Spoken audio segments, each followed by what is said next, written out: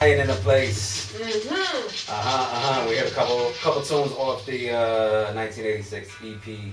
I'm talking to you, and then Almighty One after that.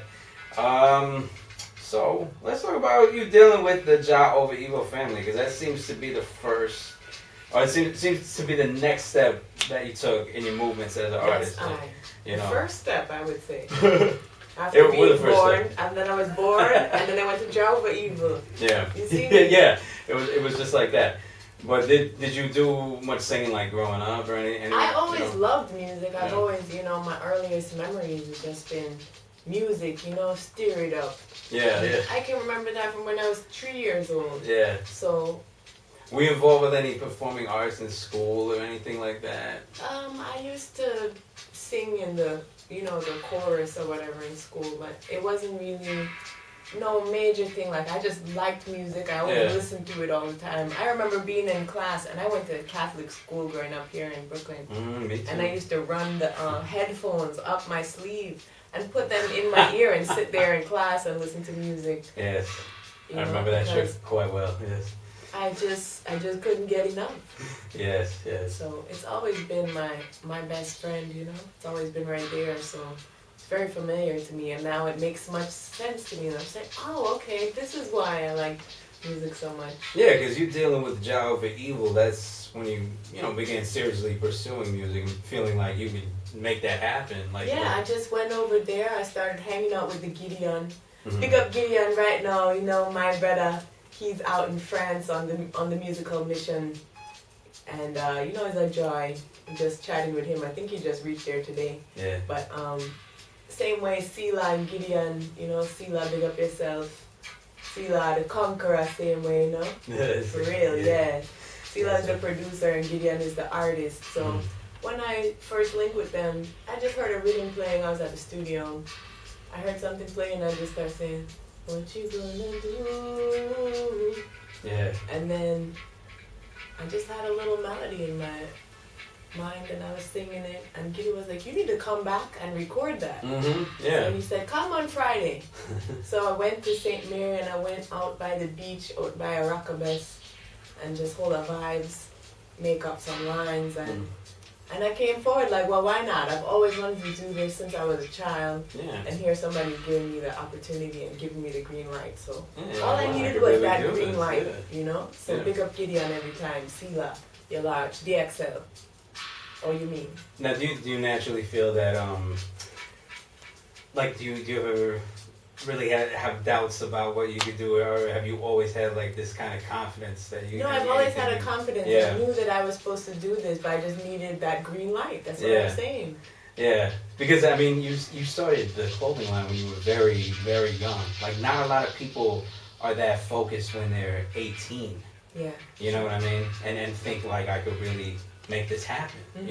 It's kind of like a big thing for someone that young to really, not a lot of people, possess that type of self-belief, but it shows in the music. Some people think I'm crazy, but yet still, I gotta do it, because I can't go to the plantation job and slave out myself to get somebody's paycheck. They can keep the paycheck, and I'll just make some hats and sing songs, and that's fine. Yeah.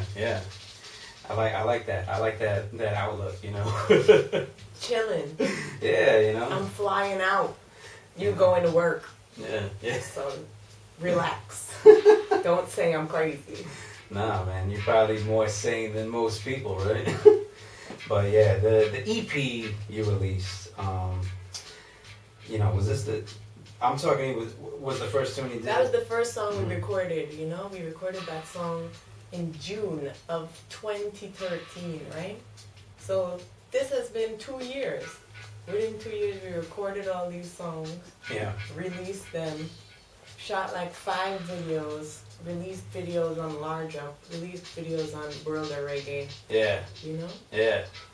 Yeah, just movements, basically. Yeah, man. Big up Ali Culture up on the video works, because he's been a great strength. Oh, is that right? Yeah, he did the Talking to You video. We shot that one here in Brooklyn. Yeah. And he also did the Almighty One video, which we just released in June on the World of Reggae. Yeah. So we went all over Jamaica. We went to the Blue Mountains.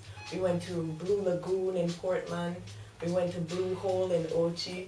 So everything blue Yeah. is in the Almighty One video. Just check it out on YouTube. Yeah. I got to check them out. I checked out a couple of videos. I didn't check them all, but we got the new tune. This tune came out like last month. Chair Gone Down, right?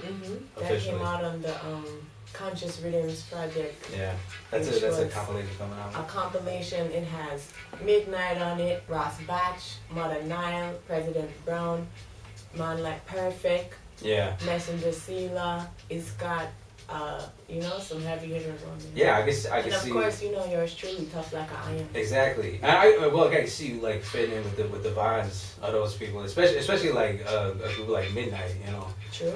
That seems to be it's a blessing. I mean, I've been listening to Midnight for 10 years. So I know you're a big fan of Midnight. I'm gonna look at my name on this CD with Midnight, and I say, yes, I am. Yeah. God, I mean. Is it strange? Does it feel like strange, like being able to pair up with people that you came up listening to like that?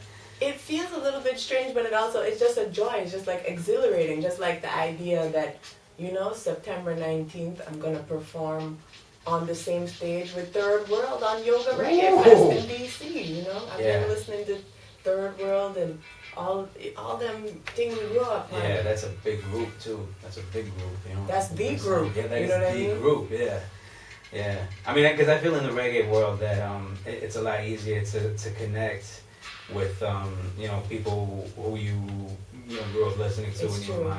It's true, especially if you go to Jamaica. Yeah, if you go to Jamaica. Just see them. I've just been hanging out with Kid Asai for the past 10 years. That's right, yeah. You know what I mean? That's right, yeah.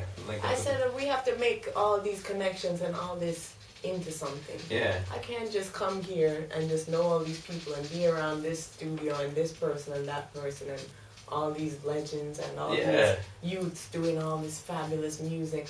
I have to jump in. I couldn't. Yeah. I think it's easier to do it. In reggae, I think there's less of an ego than in any other genre. There's still, don't get me wrong, there's still egos. There's a lot of ego. But some of these artists, them hype. Me say, them hype till me say, oh, you say hype. They don't even have anything. Yeah. They don't even own a house, a car, nothing. Yeah. But they got a lot of hype. Yeah. They just cool down, But that's what I mean, is that, they are still, very accessible, Like, I remember, like, I'm not even in Jamaica, I'm talking about, like, in Brooklyn. Like, the first time I saw Johnny Osborne at a place in Brooklyn, just like, with everybody. And I'm like, yo, this guy, Buddha Bai, is, like, the reason why I'm playing tunes, like, collecting tunes, because I heard that. I'm like, and he stayed right next to me. Like, that kind of vibe, that is still kind of crazy to me, but... Right, I've never hang out with Jay-Z before, so yeah, exactly. I'm sticking to the roots. Yeah, and you might not, you might never, a lot of people get that chance, but so Chair Gone Down. What does it mean in this phrase, Chair Gone Down? I did listen to the tune. It means that Vatican feel like said they must sit down on a throne, but it's really a chair. Yeah. Yeah. And the chair is breaking and going down. Oh wow, that is also interesting. That because that's the whole thing with power, is that they have an inflated idea of themselves, especially the Vatican, specifically, right? I can get into that all night. I'm sure you could too. For real, this is a real vibe that it just come to me after just a lot of things that they were saying about people in church and who's molesting who, and then all these police shooting the youths them down in the street like dog. Yeah. And this was a vibe based off of a Bingy song, which I always hear when I go in Bingy at Profi. Pick up Profi and the whole link, out in Ocheria's Great Pine Bingy Center. Yes, I.